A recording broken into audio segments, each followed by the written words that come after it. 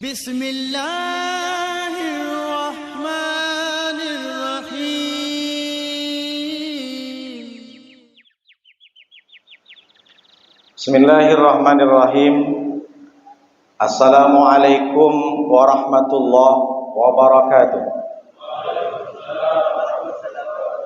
Alhamdulillahi ala ni'amihi fi hadha syahri sawwalin alladzi ja'alana minal muslimin al-kamilin wa amarana bittiba'i sabilil mu'minin. Asyhadu an la ilaha illallah wahdahu la syarika lahul haqqul mubin wa asyhadu anna sayyidana wa nabiyyana Muhammadan abduhu wa rasuluhu shadiqul wa'dil amin. Allahumma shalli wa sallim wa barik ala sayyidina Muhammadin wa ala alihi wa sahbihi ajma'in. Amma ba'du. Yang sama-sama kita hormati Imam Masjid Baitus Salam Ustaz Sumantri, pengurus ketua yayasan Masjid Baitus Salam, Pak RT, Pak RW, para sesepuh, orang tua kami, tokoh masyarakat, para masyayikh, para alim ulama, para asatid, para cendekiawan yang tak bisa sebutkan satu persatu, insyaallah yang hadir subuh kali ini di Masjid Baitus Salam dimuliakan Allah Subhanahu wa taala. Bersyukur kita kepada Allah dengan ucapan alhamdulillahirabbil alamin. Berselawat kita kepada Rasulullah dengan ucapan Allahumma salli ala sayyidina Muhammad wa ala ali sayyidina Muhammad. Bapak-bapak yang dimuliakan oleh Allah SWT, jamaah subuh Masjid Baitus Salam, insyaallah saya akan kaji beberapa hadis tentang amalan setelah Ramadan. Jadi kalau ditanya ngapain nih setelah Ramadan?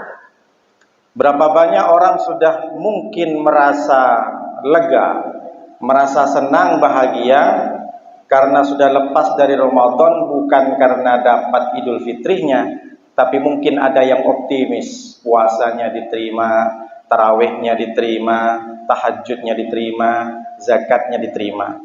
Tapi kalau ditanya lagi ke dalam hati ini, apakah puasa kita diterima atau tidak? Tidak ada yang tahu. Apakah tarawih 30 Ramadan kita lakukan sudah diterima? Seandainya ada pemberitahuan lewat WhatsApp, Nuruddin, kamu dapat Lailatul Qadar. Oh, ditengok. Oh, mantap. Besoknya tak datang lagi.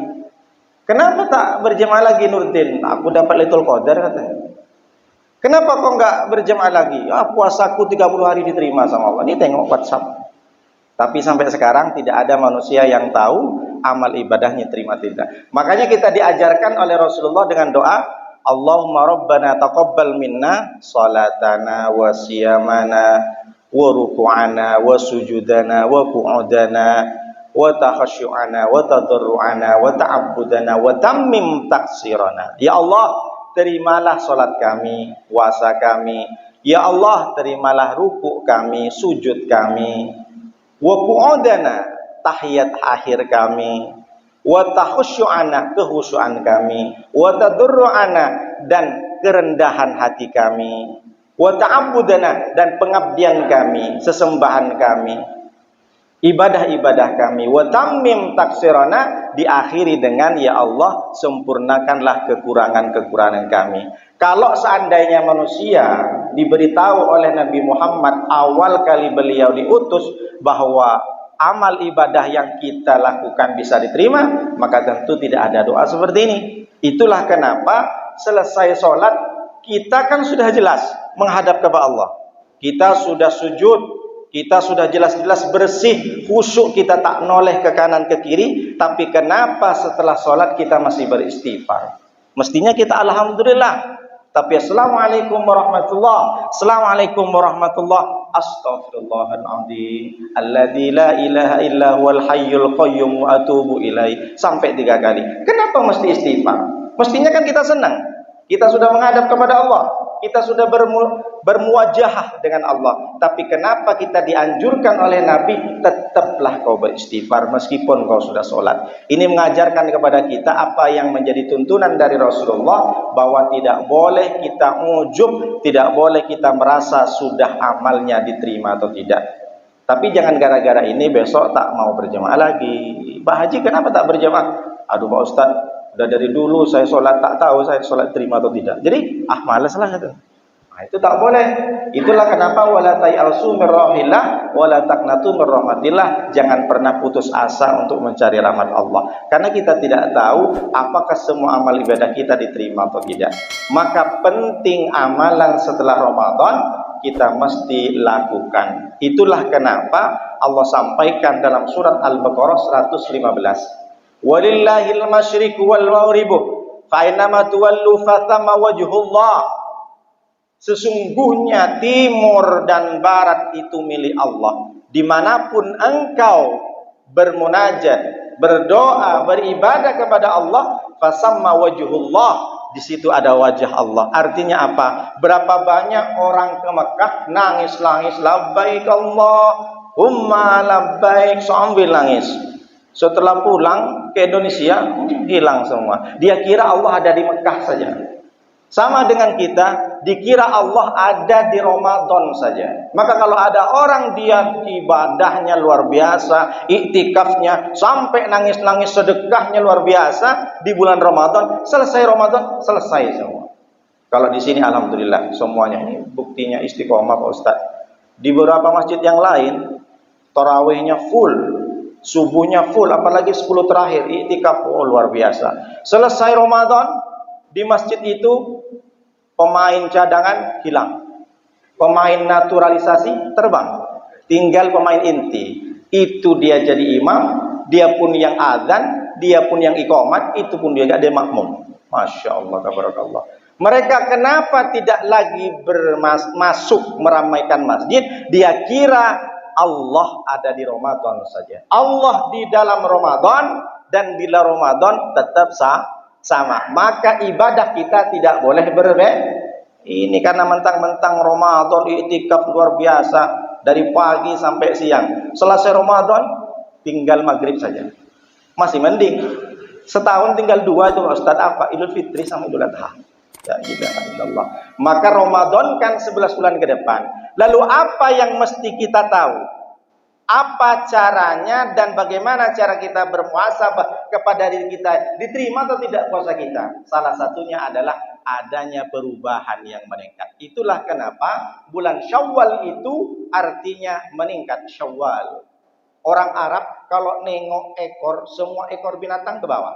Kuda, kucing, kelinci, onta, semuanya ekor ke bawah. Tapi ada ekor yang naik ke atas. Ekor apa, Pak?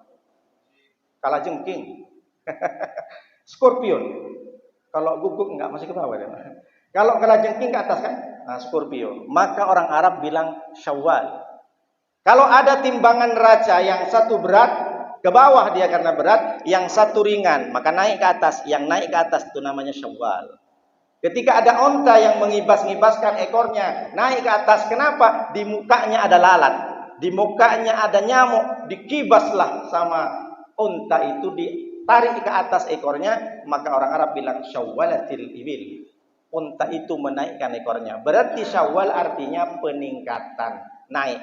Jadi ketika kita sudah masuk ke bulan Syawal, mestinya harus naik. Itu yang dimaksud dengan perubahan. Harus ada perubahan. Rasulullah ketika selesai Ramadan, sedekahnya lebih banyak lagi. Baca Al-Qur'annya lebih banyak lagi. Kalau meniru Rasulullah, maka harus ada perubahan. Pak Ustadz, Pak Haji itu sudah berubah, rupanya sudah diterima nampaknya Pak Ustadz puasanya. Kenapa? Dulu sebelum Ramadan Ustadz, dia sombong Pak Ustadz. Jalan begini Pak Ustadz, judi, main gaple, macam-macam Pak Ustadz. Bawa perempuan yang bukan mahramnya. Selesai Ramadan, diam dia Pak Ustadz. Tawaduk, nunduk Pak Ustadz. Kenapa dia? Stroke Pak Ustadz. Oh, mohon maaf ya Ustadz. Bukan itu maksudnya. Pak Ustadz, ibu saya itu sebelum Ramadan merepet Pak Ustadz. Selesai Ramadan Pak Ustadz, diam Pak Ustadz. Kenapa? Kena sariawan sama giginya ompong. Tidak seperti itu. Perubahan yang meningkat berarti sholatnya lebih baik. Kalau kita biasa di bulan Ramadan 11 rakaat qiyamul lail, maka tentu di luar Ramadan insya Allah tahajudnya lebih dari 11 rakaat. Siap tahajud qiyamul lail dengan witirnya 11 rakaat? Ada di suaranya, tak ada yang bilang. Insya Allah kita semua menjadi istiqomah. Kenapa mesti di bulan Syawal meningkat? Karena untuk menjaga kontinuitas. Berarti sekitar seminggu lagi kita masih ada waktu untuk puasa. Puasa Syawal. Sudah disampaikan beberapa para ulama dan ustadz. Mangkana orang man soma Ramadan summa atba'u bi sittin min Syawalin fakanama shomad dahr. Siapa yang puasa di bulan Syawal summa atba'u, maka ketika dia mengikutkan, penggunaannya menggunakan summa, boleh disicil, boleh berpisah-pisah. 6 hari di bulan Syawal, maka dia sama dengan puasa setahun. Kok bisa setahun Pak Ustadz? Bagaimana cara matematikanya? Allah yang menyampaikan di surat Al-An'am 160, man ja'a bil hasanati falahu asru amsalha. Orang yang berbuat satu kebaikan, maka dia akan dilipat gandakan menjadi 10. 30 hari kita puasa Ramadan kali 10, 300 hari. 6 hari kita puasa di bulan Syawal kali 10 menjadi 60, 360. Bukannya setahun 362, kan ada Idul Fitri sama Idul Adha. Jadi bapak-bapak yang masih sempat, kalau masih belum selesai, tinggal 7 hari ke depan kita bisa berpuasa bulan Syawal. Cuma memang godaannya luar biasa. Kemarin saya sudah puasa niat Jumat. Biasa Jumat kan saya tadi ajak makan-makan. Rupanya Pak Ustadz selesai khutbah nanti kita ke ruang sebelah. Ketua DKM ulang tahun Pak Ustadz. Oh siap Pak, saya bilang gitu. Selesai khutbah Jumat, saya puasa Syawal. Ini Pak Ustadz ulang tahun. Rupanya di situ sudah sediakan makanan, gonggong, apalah rajungan, kerang tumpah, masya Allah tabarakallah. Saya bilang, Pak panitia, kebetulan hari ini saya puasa. Batalkan aja lah Pak Ustadz katanya. Saya pun mikir, seandainya lauk itu ikan asin, saya tak berhenti puasa. Ini tengok rajungan, gonggong, agak susah mau tak berhenti. Akhirnya batal saya. Boleh Pak Ustadz, silakan. Tapi kan saya tak niat batalkan. Saya nggak tahu kalau ada makan siang. Itu luar biasa, mulai dari tanggal 2 Syawal, 3 Syawal, 6 Syawal, godaannya luar biasa. Banyak yang ngajak. Selesai saya puasa 6 Syawal, tak ada yang ngajak-ngajak lagi. Memang luar biasa kalau puasa Syawal ini, godaannya luar biasa. Tapi kalau Bapak Ibu, Bapak-bapak ingin memaksakan untuk berpuasa bulan Syawal, masih ada kesempatan. Seperti contoh ibu istrinya mungkin di rumah banyak hutang, kalau tak bisa dengan puasa Syawal, bayarkan hutang, qodok bulan puasa, otomatis dapat pahalanya. Tapi niatnya tetap niat qodok. Tapi secara otomatis sama dengan kita puasa Syawal, besok hari Senin, maka dapat pahala puasa Senin. Kalau kita puasa Syawal di hari Kamis, kita dapat pahalanya puasa sunnah hari Kamis. Kata siapa? Madhab Syafi'i, namanya Al-Imam Zakaria Al-Ansori dalam kitabnya Fatawa, yang dikarang atau karya dari Syekh Atiyah Syafar, ulama besar di Al-Azhar Mesir beliau. Jadi kalau kita masih bisa memanfaatkan waktu untuk puasa Syawal, yang belum puasa Syawal, maka itu namanya menjaga kontinuitas. Yang pertama, menjaga kontinuitas ibadah. Itu amalan yang paling baik di bulan Syawal ini, karena masih ada beberapa. Lalu yang kedua, silaturahmi, sudah sering saya sampaikan. Kenapa mesti silaturahmi? Karena di bulan puasa kita terawih, kita itikaf, kita sedekah, kita buka puasa pun dapat pahala, sahur pun dapat pahala, kita beristighfar dapat pahala. Kita sudah lumayan memperbaiki hubungan dengan Allah selama Ramadan. Lepas dari Ramadan, perbaiki hubungan kita dengan tetangga, dengan saudara. Karena kata Rasulullah, man somahu wa qamahu imanan wa tisaban. Siapa orang yang puasa di Ramadan, siapa yang qiyamul lail, salat tarawih di bulan Ramadan, kharaja minadz dzunub, dia akan keluar dari dosa. Kayaumin waladatu ummuhu, sebagaimana ketika saat hari dia dilahirkan oleh ibunya. Seperti apa itu Pak Ustadz? Berarti kita macam bayi, tapi bayinya agak tua. Jadi saya hari ini menghadapi bayi-bayi. Kenapa Pak Ustadz? Insya Allah semua dosanya sudah diampuni karena kita sudah melewati dan berpuasa di bulan Ramadan. Cuma bayinya agak tua. Dari saking tak berdosanya bayi, ibu-ibu gendong bayi, bapak-bapak, tiba-tiba dia ngompol, berak misalkan, mencret. Ibu-ibu tak marah sama bayi itu. Dari saking tak berdosanya. Paling, kamu diberain, kamu diompolin, senang dia. Tapi kalau bapak-bapak yang gendong sama ibunya, tiba-tiba bapak digendong sama ibu misalkan. Kata tetangganya, emang umur gitu lagi lucu-lucunya. Digendong ngompol, dimarahin lah. Udah tua masih ngompol. Tapi kalau bayi digendong, sama ibu-ibu ngompol, senang dia malah senang. Insya Allah aku punya anak seperti ini. Tuh. Jadi kita ini tergantung bagaimana persepsinya. Tapi kata Rasulullah kita ini seperti bayi.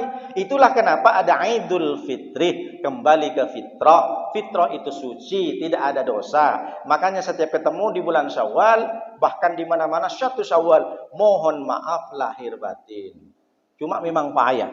Orang Indonesia sebenarnya mohon maaf zahir dan batin. Tapi susah.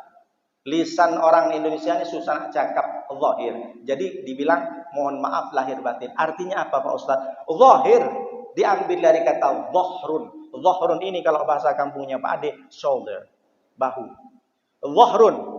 Lalu kemudian batin diambil dari kata batnon, stomach, perut. Maksudnya bagaimana Pak Ustaz? Kan ada pepatah, datang tampak muka, pergi tampak bahu. Bahu ya? Pinggang atau bahu? Jadi apa maknanya? Ketika kita mohon maaf lahir batin, yang nampak perut. Apalagi urutnya agak gede punya saya. Nampak perut. Tapi ketika sudah selesai salaman, pergi yang nampak apa? Bahu. Itulah kenapa mohon maaf zahir dan batin. Itu kalau biar tahu. Minal aidin wal faizin. Mohon maaf lahir batin. Mudah-mudahan kita menjadi orang-orang yang aidin. Jamak mudzakarnya, jamak mudzakkar, mufradnya, singularnya, tunggalnya adalah aidun, orang yang kembali. Aidina, banyak-banyak orang yang kembali. Muslimun, satu orang muslim. Muslimin, muslimat, banyak orang Islam, banyak orang Islam perempuan. Aidin, mudah-mudahan kita menjadi orang yang kembali ke fitrah, kembali suci karena kita sudah berpuasa di bulan Ramadan. Wal faizin, faizin jamak juga. Kalau mufradnya satu orang, faizun, orang yang beruntung. Faizun, makanya ada nama faizah, fauzun, fauzi, fazah, macam-macam. Itu semuanya artinya beruntung. Mudah-mudahan kita menjadi orang yang kembali ke fitrah, suci dari dosa, suci dari silah salaf, lalu kemudian faizin, kita menjadi orang yang beruntung. Beruntung kenapa? Karena kita sudah dekat dengan Allah dan kita sudah bisa perbaiki dengan tetangga dan anak saudara. Itulah gunanya. Yang kedua. Lalu yang ketiga, apa itu Pak Ustadz? Khairun nas anfa'uhum linnas. Selesai kita silaturahmi, selesai kita puasa Syawal, menjalankan keistiqomahan kita untuk berpuasa di bulan Ramadan, maka kita masuk, barulah kita menjadi orang-orang yang bermanfaat kepada orang-orang lain. Tapi sekarang ini susah Pak. Banyak orang bukan bermanfaat, tapi memanfaatkan orang. Mentang yang lagi dia kaya, dimanfaatinlah. Minta bantu suruh proposal. Ini yang tak betul. Mudah-mudahan kita semua yang hadir di sini menjadi orang-orang yang kaya. Amin. Menjadi orang-orang yang mampu untuk berbagi kepada orang. Kalau tak bisa kita bagikan harta, kita bagikan tenaga. Tak bisa tenaga, fikiran. Sudahlah harta tak punya, tenaga juga gak bantu, fikir juga gak bantu, asik nak mencaci aja. Asik nak komen aja, mengkritik, semua salah. Ditengok mulai dari atas ujung rambut sampai ujung kaki, tetangga salah semua, ngomong salah, begini salah. Sudahlah tak pernah bantu. Samalah dengan saya sering sampaikan, ke masjid asik nak kritik pengurus, kritik bangunannya. Gotong royong tak pernah, asik nak komen aja. Kalau ketemu sama kayak ini antukan aja kepalanya. Biar sedikit merasakan. Kalau memang sudah tak mau bantu, janganlah berkomentar yang ini semua dikritik. Nah, kalau kita didoakan oleh orang, mudah-mudahan kita menjadi orang kaya. Amin. Kalau kita dipuji oleh orang, jangan sampai kita ujub. Walhamdulillahi katsira. Karena sesungguhnya pujian itu adalah milik Allah. Ini kadang beda. Ibu, ya anaknya cantik banget. Nah, siapa dulu mamanya? La ilaha illallah. Semua atas karunia Allah. Pak, anaknya luar biasa Pak, dapat juara. Siapa dulu bapaknya? Bapaknya Syekh, Ustadz, Kiai. Nah, tak boleh seperti itu. Jadi bermanfaat kepada orang lain dalam hal apa? Karena semua umat ini satu, kata Rasulullah. Rasulullah menyampaikan matsalul mu'minina, perumpamaan orang-orang mukmin, fi tawaddihim, di dalam saling mencintai, wa taruhumihim, dan di dalam saling menyayangi, wa ta'atufihim, dan di dalam saling berkata sopan santun, bertutur kata yang lembut kepada saudaranya, kamasalil jasadil wahid, sebagaimana satu badan jasad ini. Artinya kita dengan umat Islam yang lainnya, dengan tetangga, dengan saudara, sama dengan satu badan yang kita miliki. Gimana Pak Ustadz tak paham? Kata Nabi SAW dilanjutkan kalimatnya, idashtaka minhu udhun. Ketika satu anggota sakit, maka kata Rasulullah, tada'a lahu sa'iru jasadihi, maka seluruh badan ini akan merasakan sakit. Bis-sahari wal humma. Karena dari saking sakitnya, dia bis-sahar, dia terjaga malam, dia tak enak tidur, tak nyenyak tidur. Wal humma, dan merasakan demam. Ketika tangan kita terjepit misalkan dengan pintu, berdarah, sakit ngilu.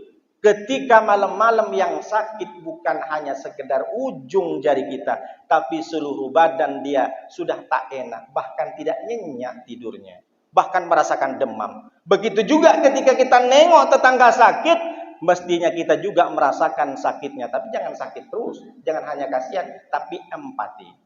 Bagaimana kalau kita sakit satu telunjuk jari ini, maka seluruh badan merasakan demam.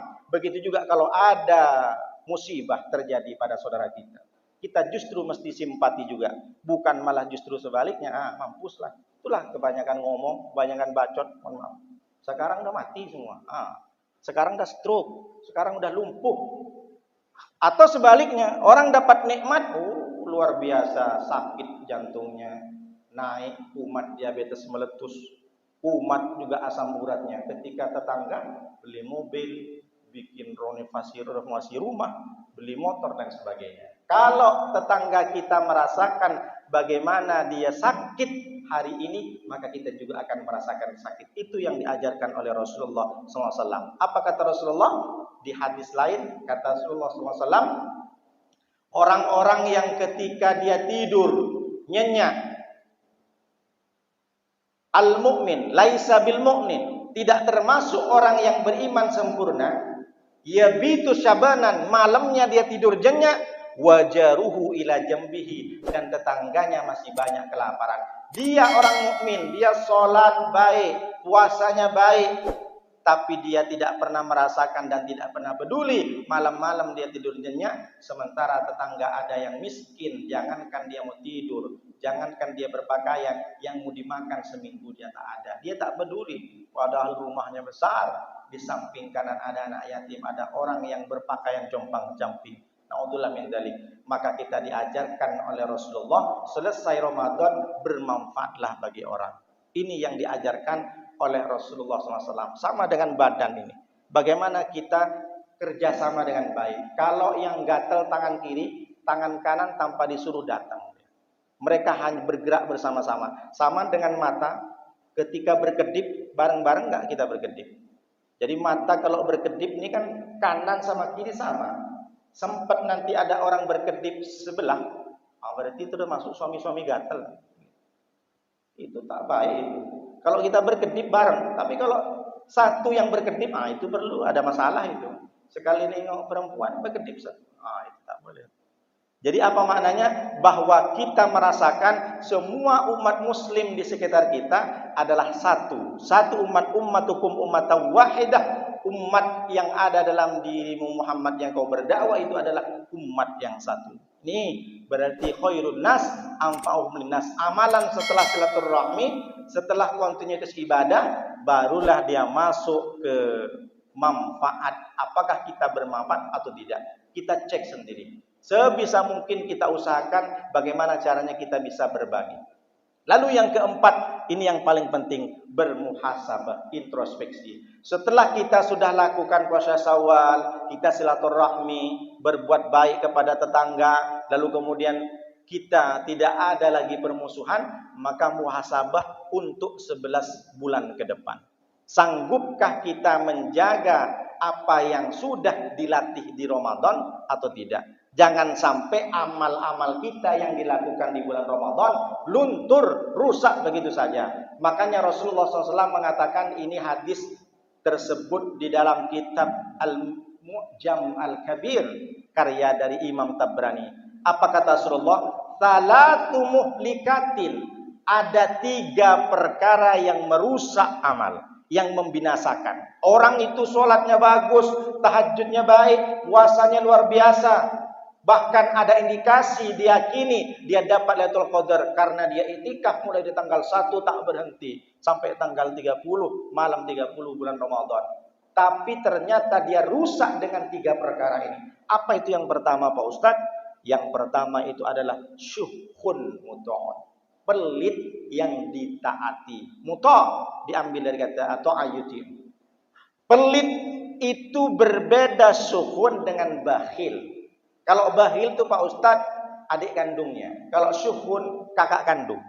Apa bedanya? Apa yang dimaksud dengan pelit yang syuhun? Lebih parah. Dia pelit kepada harta orang lain.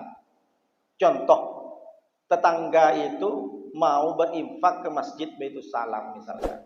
Sebelum berinfak sudah diprovokasi. Padahal yang diinfakkan itu harta tetangga kita.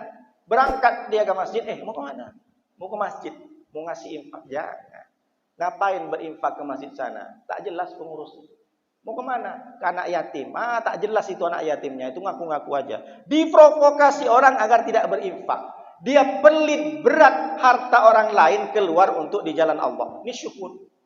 Ada yang kedua kata Imam Tabrani, syukur pelit kepada harta orang lain itu dia tumpuk gaji pokoknya, dia tumpuk tamsil, dia tumpuk tukin, dia tumpuk insentif, disimpan baik-baik di rekening, tapi ketika dia mau belanjakan untuk istrinya, mau makan, mau beli baju, nanduk dia ke orang. Gimana caranya hari ini aku dapat duit selain gajiku? Gaji pokoknya disimpan rapat-rapat. Bahkan bukan hanya disimpan, zakat dan sedekahnya ngambil harta orang lain. Na'udzubillah min dzalik.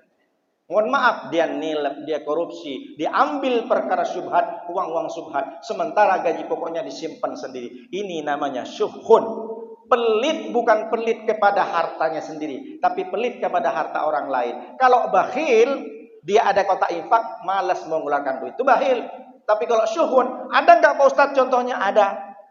Di zaman Rasulullah siapa namanya? Abu Quhafa. Bapaknya Abu Bakar. Bapaknya Sayyidina Abu Bakar. Sebelum masuk Islam, beliau buta. Dipanggil Asma. Ya Asma, sini ya. Abu Bakar sudah berangkat sama Muhammad. Berangkat ya jaddi, kakekku, atukku. Sudah berangkat ke Madinah. Hijrah. Coba cek dulu emas-emasnya Abu Bakar. Coba cek dulu duit-duitnya istilahnya, dirham dan dinarnya. Jangan-jangan sudah dihipnotis sama Muhammad, dibawa semua harta Abu Bakar hanya untuk keperluan Muhammad. Ini kan pelit, bukan harta dia, harta anaknya. Maka si Asma, kakak kandung dari Siti Aisyah, bingung dia. Gimana caranya biar kakek saya ini, atuk saya percaya. Dia buta, diambillah batu besar, dimasukkan ke karung. Nih kakek, nih atuk. Ini nih masih banyak nih, masih berat. Oh iya bagus. Berarti dia tidak ditipu sama Muhammad. Jadi kalau zaman Rasulullah sifat-sifat suhun, pelit kepada harta orang lain sudah ada. Jadi kalau ada dalam diri kita, karena setiap manusia punya potensi pelit dalam dirinya. Apakah itu bakhil, apakah syuhun? Kalau sudah sampai tingkatan pelitnya ke syuhun, maka semua amalan kita luntur, amalan kita sudah binasa. Yang pertama. Yang kedua, wahawan muttabaun. Hawa nafsu yang diperturutkan. Orang tak bisa bedakan mana kebutuhan, mana keinginan. Dia sudah punya rumah, tapi asik nak bagaimana caranya bikin rumah. Akhirnya dipikirlah caranya untuk beli rumah lagi dengan cara yang tidak baik. Mungkin dari hasil judi, mungkin dari hasil merampok secara samar-samar. Macam-macam. Diperturutkan sama dengan kita berpakaian baju. Memakai baju-baju. Memakai baju itu kan untuk menutupi aurat. Tapi ada orang yang membeli baju, apalagi istri di rumah. Bukan istri orang-orang sini. Dia sudah 3 lemari bajunya, asik nak masih beli baju. Bang, ini ada baju baru. Bang. Kenapa dia sering nengok live TikTok, nengok live FJB. Kakak-kakak coba ditawar, Kak ini baju kuning. Beli semua. Orang kata Rasulullah tidak masalah. Kulu washrobu, makanlah, minumlah, wala tusrifu, tapi jangan sampai berlebih-lebihan. Di hadis lain, kul, makanlah, washrob, minumlah, walbas, berpakaianlah. fi ghairi sarafin, jangan sampai berlebihan, wala makhilatin, dan bukan karena sombong berbangga-bangga untuk prestis. Biar dikatakan oleh orang sukses di Batam, pulang ke kampung dipakai semua. Yang perempuan cincin, gelangnya sekilo, ini sekilo, kalungnya pun berantai besar. Yang laki-laki pakai jam Rolex. Padahal hutang masih banyak, kredit rumah, kredit mobil, kredit. Dia hanya ingin berbangga-bangga, prestis. Ini yang tak boleh. Silahkan kau makan banyak yang seperti orang mau buka puasa, semuanya dibeli. Yang dimakan cuma kolak, akhirnya yang lain terbuang. Begitu saja. Maka dari hadis ini kita sudah diajarkan oleh Rasulullah, tahan nafsumu. Manusia tetap punya nafsu sejak ruh ditiupkan ke jasad, saat itulah manusia itu punya hawa nafsu. Kalau ada laki-laki, perempuan yang tak punya nafsu, berarti dipermasalahkan. Orang gila pun masih punya nafsu. Tapi bagaimana kita menyetir nafsu kita jangan sampai kebablasan. Orang sekarang, zaman sekarang kan sudah tahu di media sosial, flexing namanya. Kehidupan hedonis. Kehidupan hedon. Mentang-mentang suaminya punya jabatan tinggi, si istri karena dikasih hadiah mobil warna pink Mercy, foto. Namanya flexing, Pak. Kalau anak muda tahu. Ya, Ustadz Hairul. Kehidupan hedonis diposting di media sosial. Selesai itu ditengok sama netizen yang terhormat, ditangkap KPK. Anaknya pakai Rubicon. Kita bukan tak mau bayar pajak, kita taat pajak. Orang bijak taat pajak. Kita bayar sampai kita mati bayar itu. Sampai orang pajak punya Rubicon semuanya. Ini akhirnya diposting di media sosial. Tak perlu ke orang pejabat, kita sendiri kalau punya apa, jangan posting. Mentang-mentang beli motor baru diposting. Kita tak tahu di Facebook tuh ada berapa banyak orang yang sakit hati. Oh, saya kan tak mengusik Pak Ustadz. Ini Facebook saya, ini Instagram saya. Apa masalah? Suka-suka saya posting. Memang itu Facebookmu, memang itu Instagrammu, memang itu Twittermu, memang itu status WA-mu. Tapi teman-temanmu banyak yang tak punya motor. Jangankan motor, sepeda ontel tak punya, kau enak posting di situ. Apa dia tak merasakan sakit berdarah? Teriris hati saya Pak Ustadz. Kenapa? Tetangga saya ini pamer terus Pak Ustadz, mentang-mentang beli motor baru. Berapa orang yang tersakiti di Facebook? Kita diajarkan oleh Rasulullah bukan merasa pintar, tapi pintar merasa. Maka tahan hawa nafsu kita untuk tidak pamer. Tahan nafsu kita untuk tidak terlalu berlebihan membelanjakan harta kita. Mending berapa banyak orang senang belanja 100, 500, sejuta senang. Tapi untuk mengeluarkan infak dan sedekah, dia cari warna yang agak mirip-mirip 50.000, 2.000. 2.000 sekarang kan mirip 50.000.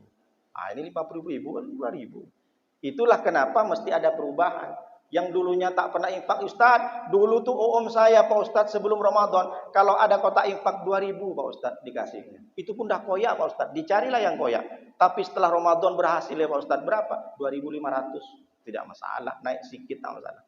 Jadi yang kedua, agar kita tidak bisa masuk kategori amal kita binasa, amal kita rusak, maka tahan hawa nafsu kita, jangan dimanjakan. Yang ketiga, i'jabul mar'i li nafsihi. Amal kita rusak, ibadah kita akan rusak di bulan Ramadan dengan sifat yang tercela yang ada mungkin dalam diri kita ini. I'jabul mar'i bi nafsihi. Berbangga-bangga kepada diri saya sendiri, kepada dirinya. Kalau bukan saya itu Pak Ustadz, Masjid Baitul Salam tak berdiri Pak Ustadz. Kalau bukan karena saya Pak Ustadz, tak punya karpet masjid itu Pak Ustadz. Kalau bukan karena saya tuh Pak Ustadz, anak yatim itu tak sekolah Pak Ustadz. Kalau bukan karena saya Pak Ustadz, tak ada di Arira Garden yang kasih beras Pak Ustadz. Itu karena saya. Saya Pak Ustadz. Semuanya itu yang dimaksud dengan ujub. Berbeda dengan sombong. Kalau sombong al-kibru bitrul haqqi. Sombong itu menolak kebenaran. Dikasih tahu ngeyel. Itu sombong namanya. Dikasih tahu kalau ini haram, dikasih tahu kalau ini tak baik, dilakukan tuh ngeyel. Namanya sombong, al-kibru menurut definisi hadis Rasulullah. Tapi kalau ujub, berbangga diri sendiri. Memang dia tidak ujub dengan hartanya, memang dia tidak ujub dengan kekuasaannya, dengan jabatannya, dengan gajinya, tapi dia ujub dengan ibadahnya. Na'udzubillah min dzalik. Seperti apa? Mentang-mentang ikut kajian, mentang-mentang sholat subuh, keluar dari masjid, dalam hatinya tak ngomong, merasa lebih baik dari orang. Dalam hatinya dia tak sholat, lebih baik aku. Ini ujub. maka luntur semua amalannya. Adakah contoh Pak Ustadz di Al-Quran? Ada. Ada orang ujub dengan kekuasaannya. Fir'aun namanya. Allah binasakan, tenggelamkan di Laut Merah. Ana Rabbukumul A'la. Bukan hanya bangga dengan kekuasaannya, tapi dia sudah masuk ke tingkatan syirik.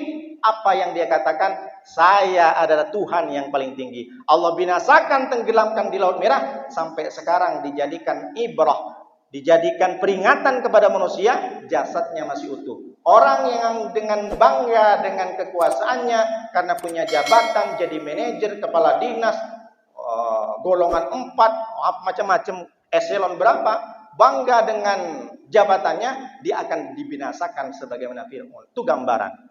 Ada yang kedua, berbangga dengan hartanya. Di surat Al-Qasas ayat 78. Siapa dia? Qarun namanya. Apa kata Qarun?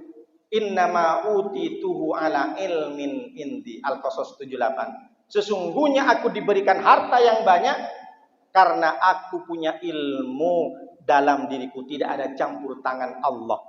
Orang kalau sudah merasa kekayaannya berapa banyak, mungkin kebetulan dia tak ingat sama Allah. Aku sukses ini karena aku dari kecil sudah merintis usahaku ini.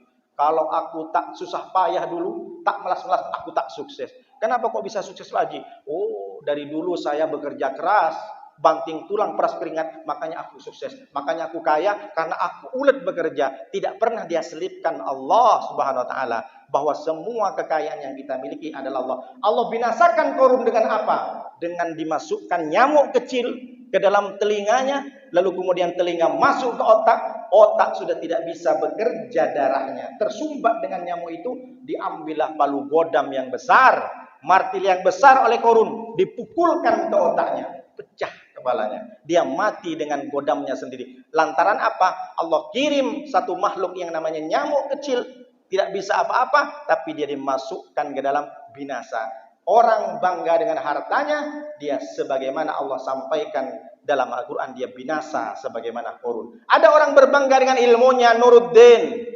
Jangan kau mentang-mentang ceramah, lalu kau ada rasa bangga ujub dalam dirimu, maka engkau akan binasa sebagaimana binasanya diberikan siksa Bal'am bin Ba'urah. Di surat Al-A'raf ayat 176, apa kata Allah? Walau syi'na la rafa'nahu biha walakinnahu akhlada ilal ardi wattaba'a hawahu. Kata Allah, seandainya aku berkehendak, Bal'am ini aku akan naikkan derajatnya. Bahkan Allah boleh jadi mengatakan seperti ini, bisa jadi Bal'am bin Ba'urah dia diangkat menjadi nabi. Tapi apa kata Allah? Walakinnahu, tetapi dia akhlada ilal ardi, dia lebih condong kepada dunia, wattaba'a hawahu, dan berturutkan hawa nafsunya. Siapa Bal'am itu Pak Ustaz? Bal'am itu sahabatnya Nabi Musa. Hidup di zaman Nabi Musa. Dari saking solehnya Bal'am, dari saking dekatnya dengan Allah, karena ibadahnya tinggi Bal'am, sampai-sampai Allah sedikit lagi dia angkat menjadi nabi. Kenapa? Apa yang dia spesialkan?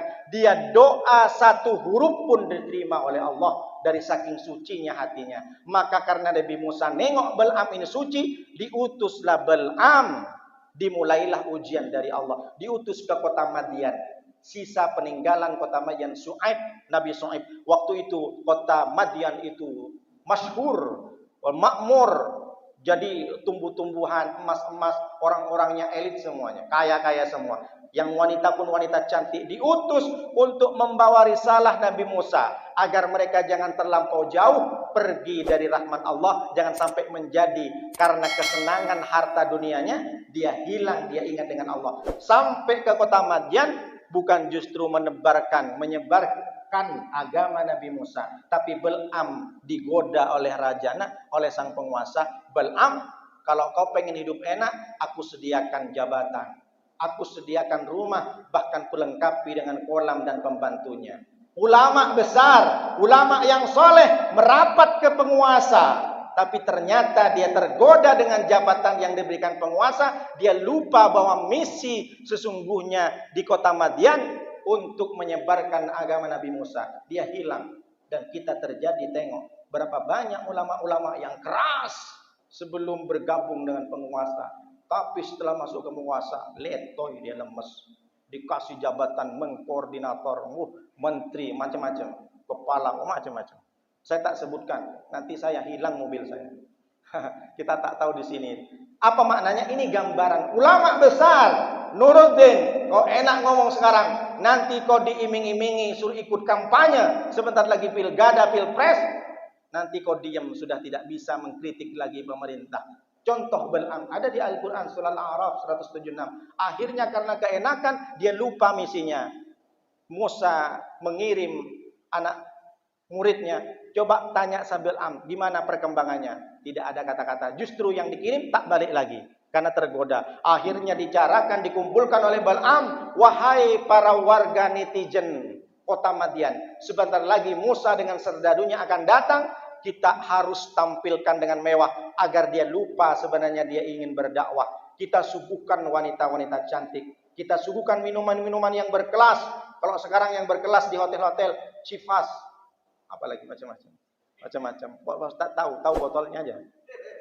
Jadi disediakanlah wanita cantik. Datanglah Nabi Musa dengan serdadunya. Mereka lupa, hanya Nabi Musa dan beberapa pengikutnya saja. Yang lain terlena karena Bal'am mengatakan umat anak buah Nabi Musa itu memang suka glamor.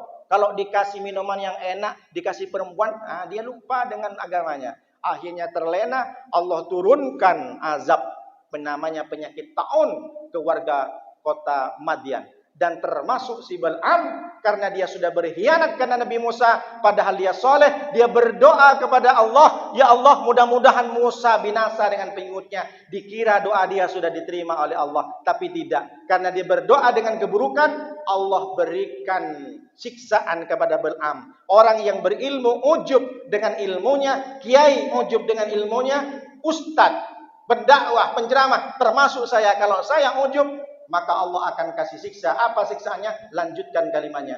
Famathaluhu kamathalil kalbi. Dia diumpamakan sebagaimana anjing. Bagaimana anjing? Intahmil alaihi yalhad au tatrukuhu yalhas. Kalau dia disuruh sama tuannya, dia julurkan lidahnya, tak disuruh pun dia julurkan. Bagaimana agaknya anjing? Kalau sudah patuh sama tuannya, duduk di depan rumahnya, dia julurkan lidahnya. Pasrah, mau diapain sama tuannya. Mau disuruh-suruh silahkan, tak disuruh tetap menjulurkan. Maka Bal'am yang alim, Bal'am yang menjadi ulama besar, orang yang dekat dengan Allah, sampai-sampai doanya semuanya diterima sama Allah. Ketika sebelum masuk ke kota Madian, dia julurkan lidahnya. Na'udzubillah min dzalik. Sudah ada gambaran. Ini tiga yang merusak. Yang pertama yang merusak amal adalah syuhun muta'un, pelit yang ditaati, wahawan mutaba'un, dan hawa nafsu yang dimanjakan, dan yang ketiga ujub dengan dirinya. Maka hilangkan kebanggaan kita sendiri. Kita tidak ada apa-apanya. Bukankah dalam surat pertama, ayat pertama Allah sampaikan, mengajarkan kepada kita untuk rendah hati. Iqra bismi rabbikal ladzi khalaq. Bacalah dengan asma Allah yang Allah itu telah menciptakanmu. Allah ingin menunjukkan bahwa Allah yang besar, Allah yang menciptakan kalian. Khalaqal insana min alaq. Ayat kedua, sesungguhnya Allah menciptakan manusia min alaq, dari darah yang amis, yang hina. Dua ayat ini menunjukkan, mengajarkan kepada kita bahwa kita jangan sombong. Apa yang kau sombongkan? Allah ciptakan kau dari darah yang amis. Di ayat lain Allah menyampaikan, alam nakhluqukum mimma immahin. Bukankah aku sudah ciptakan kepada kalian mimma immahin, dari air yang rendah, dari air yang hina, air mani, bau menjijikkan. Sulalatim mintin, dan aku juga jadikan manusia pertama Nabi Adam itu sulalatim mintin, dari saripati tanah yang diinjak-injak, tanah yang kotor. Apa maknanya? Berbagai macam ayat di Al-Quran Allah tunjukkan bahwa manusia itu hina, manusia itu lemah, tidak apa-apanya. Tak perlu kalian sombong dan ujub. Yang terakhir, ada tiga, setelah kita tahu amal kita, ada yang merusak, ada tiga perkara yang bisa menutupi kesalahan. Apa itu? Kata Rasulullah, thalathu kaffaratin. Ada tiga yang menutup kesalahan kita. Yang pertama, intidarus sholati ba'da sholat, menunggu sholat setelah sholat. Gimana tuh Pak Ustadz? Yaitu ketika sebelum subuh, subuh jam 4.35 atau jam 4.40, sebelum itu jam 4 kita sudah datang. Kebanyakan yang terjadi, sholat nunggu dia datang. Sudah adzan, sudah iqamat, asik nak scroll HP di rumahnya, tak berangkat-berangkat. Itulah kenapa kalau ingin kita dihapus setiap hari dosa, tunggu sholat. Tapi bukan berarti nunggunya dari duhur, mau sholat asar nunggunya dari jam 1, tidak. Kenapa kok nggak masuk lagi kerja? Intidaur sholat ba'da sholat. Kata Ustaz Nuruddin, kalau ingin dihapus dosanya, tunggu sholat selanjutnya. Tak mau kerja lagi. Bukan seperti itu maksudnya. Sebelum dikumandangkan adzan, hendaknya kita datang ke masjid. Jangan sampai sholat yang nunggu kita. Karena kata Rasulullah, ayyul a'mali ahabbu ilallah. Kata sahabat, ya Rasulullah, amalan apa yang paling dicintai oleh Allah? Rasulullah menjawab, ada 3. Yang pertama, as-sholatu ala waktiha. Sholat tepat waktunya. Yang kedua, birrul walidain. Berbakti kepada orang tua. Lalu yang ketiga, al-jihad fisabilillah. Berperang di jalan Allah. Berperang yang berdarah-darah masih kalah pentingnya, utamanya dengan sholat tepat waktu. Kenapa mesti sholat waktu? Fawailul musallin. Neraka wel bagi orang yang sholat. Yang sholat saja ada indikasi masuk neraka wel, masih celaka. Siapa yang celaka sholatnya seperti apa? Alladzina hum fi sholatihim sahun. Dalam sholatnya dia lupa, dia enteng, mengentengkan sholat. Akhirnya terjadilah sholat sarif. Apa itu Pak Ustaz? Asar dengan maghrib. Jam 6 kurang seperempat baru sholat asar. Dan saking sibuknya. Itu saya tengok di media sosial kemarin. Ada pom bensin setelah dikumandangkan adzan, 20 menit kemudian stop. Semuanya masuk ke musala. Tergantung owner dan yang punya pom. Jadi orang yang ngantri kalau bisa dipersilahkan ke musala. Yang muslim silahkan ke musala. Karena kita tutup selama 20 menit. Betul-betul dimatikan. Di daerah Jawa Barat. Jadi setiap duhur, setiap asar, setiap maghrib orang mau beli antri dulu. Kenapa? Panitia, semua karyawan bahkan manajernya lagi sholat di mushola. Ini luar biasa. Kita jarang ketemu di pom bensin di sini kan. Mudah-mudahan ada. Jadi kita tepat sholat waktu termasuk sholat adalah paling utamanya amalan. Kenapa mesti harus sholat itu ditunggu? Karena kita biar khusyuk. Lalu yang kedua, yang menutup kesalahan, wa isbagul wudu'i fis sayyarat ay 'alal makari. Menyempurnakan wudu ketika waktu-waktu yang tidak menyenangkan. Kalau ingin selalu dihapus dosanya, kata Rasulullah, kalau ingin selalu diampuni salah silapnya, maka sempurnakan wudu di waktu yang sangat tidak mengasyikkan, tidak menyenangkan. Seperti apa Pak Ustadz? Buru-buru dalam sholat. Setelah karena takut tak sempat jadi makmum seperti biasa, ini nanti kalau nggak cepet-cepet saya berwudu, saya jadi emas Bu.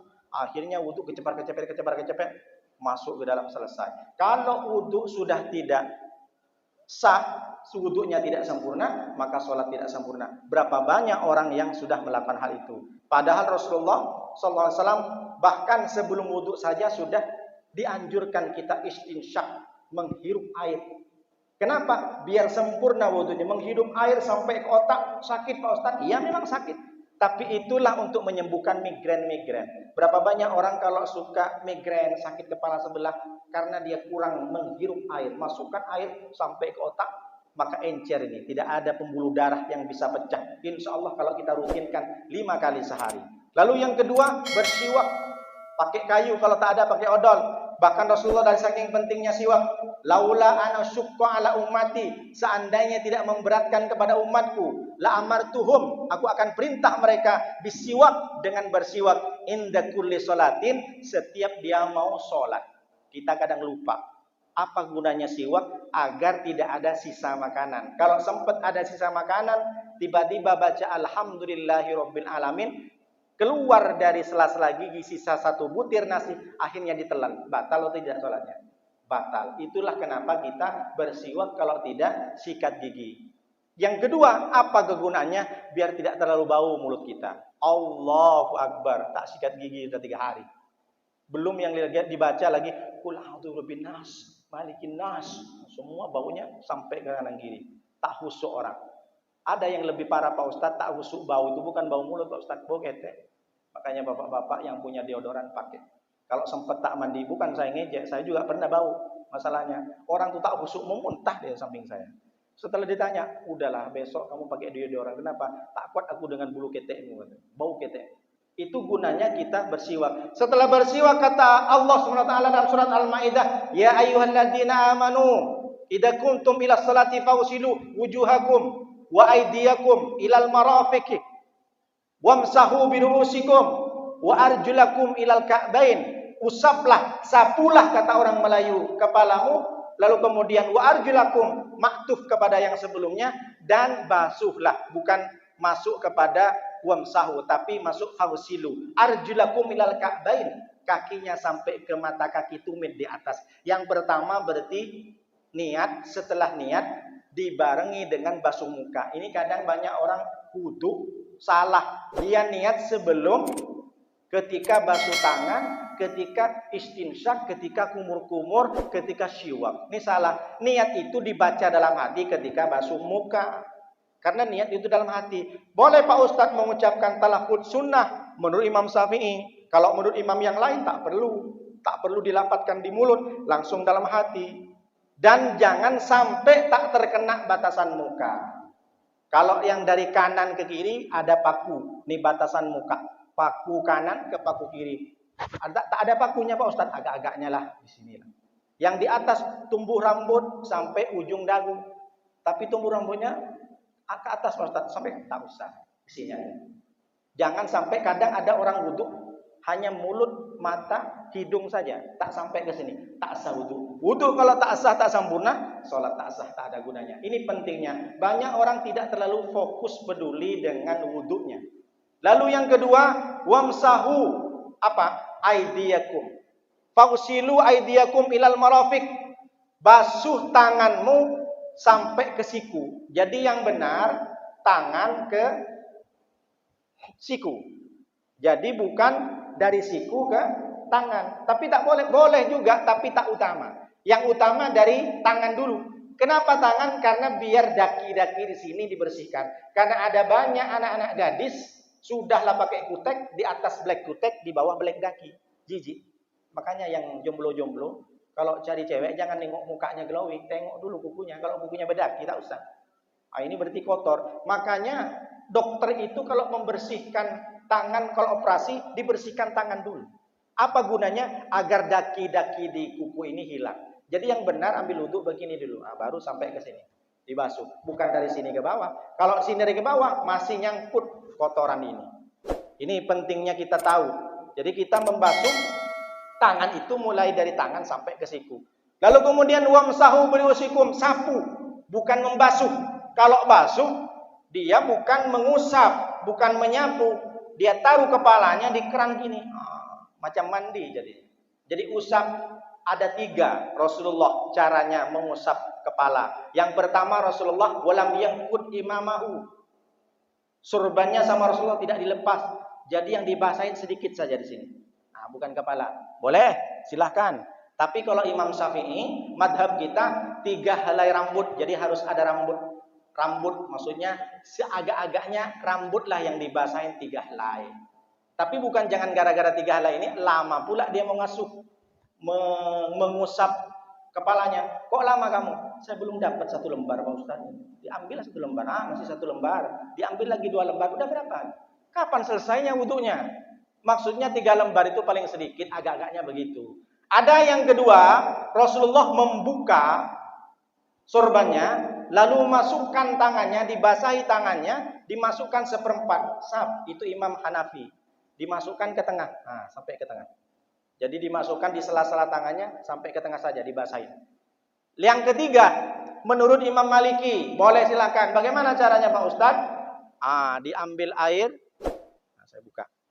Air dibasahin, lalu kemudian dimasukkan dari sini ke atas sampai ke belakang, masuk lagi, kembali lagi ke depan begini.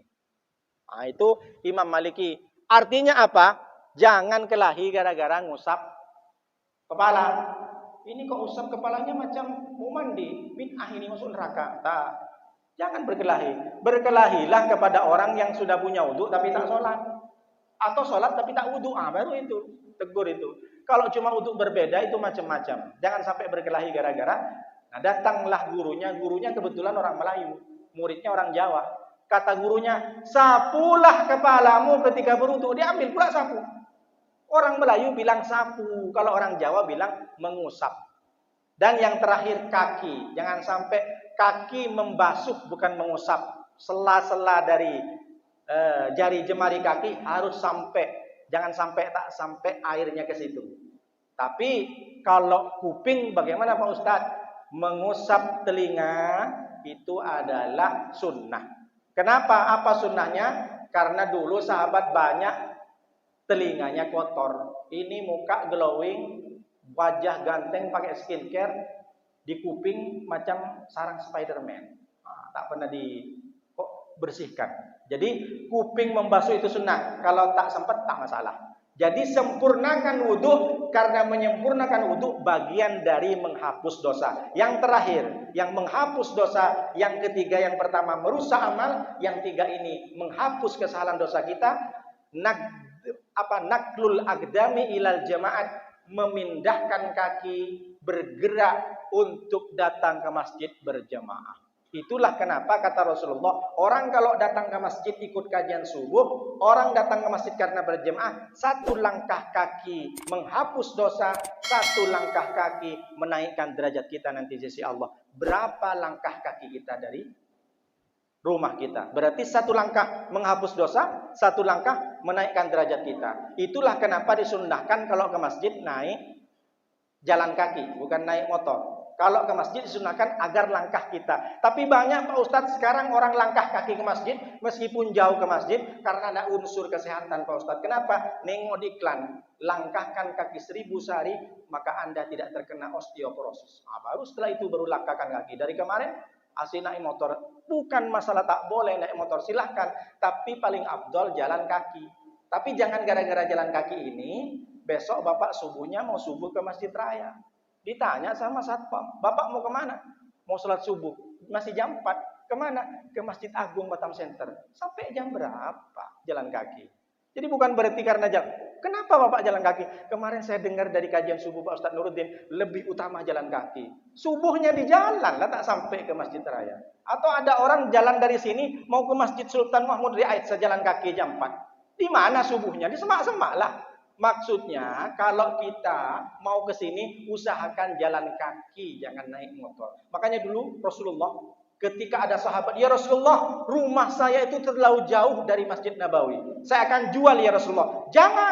Jangan kau jual, tetap kau di rumahnya, karena setiap kau langkahkan kaki akan menghapus dosa, satu langkah kaki akan naikkan derajat. Itulah kenapa disampaikan di surat Yasin ayat 12, "Inna nahnu nuhyil mauta wa naktubu ma qaddamu wa atharuhum wa kulla shay'in ahsaynahu fi imamin mubin." Inna nahnu nuhyil mauta, kata Allah, sesungguhnya aku menghidupkan orang yang mati itu nanti dihidupkan lagi oleh Allah. Wa naktubu ma qaddamu wa atharuhum, dan aku tulis semua bekas tapak kaki dia, kemana dia berlangkah. Kalau dia langkahkan kaki ke kafe, ke tempat-tempat maksiat, dicatat. Kalau dia langkahkan ke masjid, dia akan dicatat.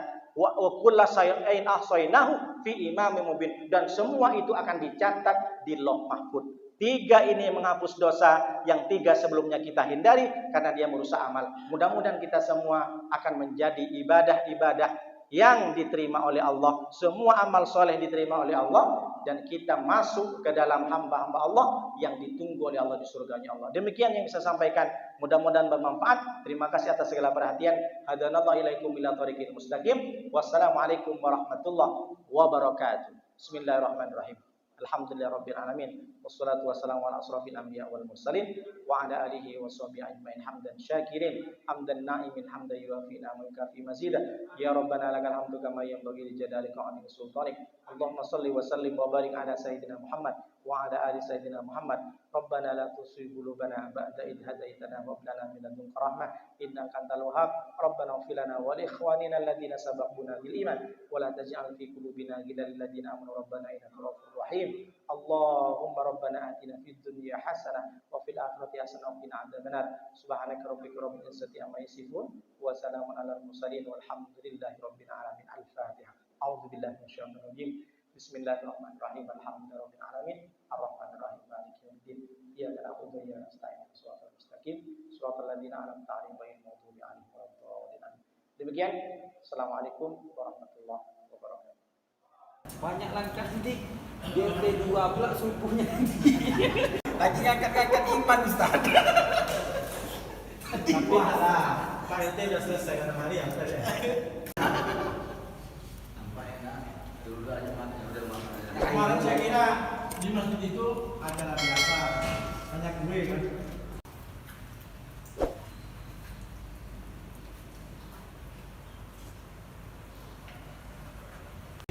Tak sampai habis ya. Kalau bungkus.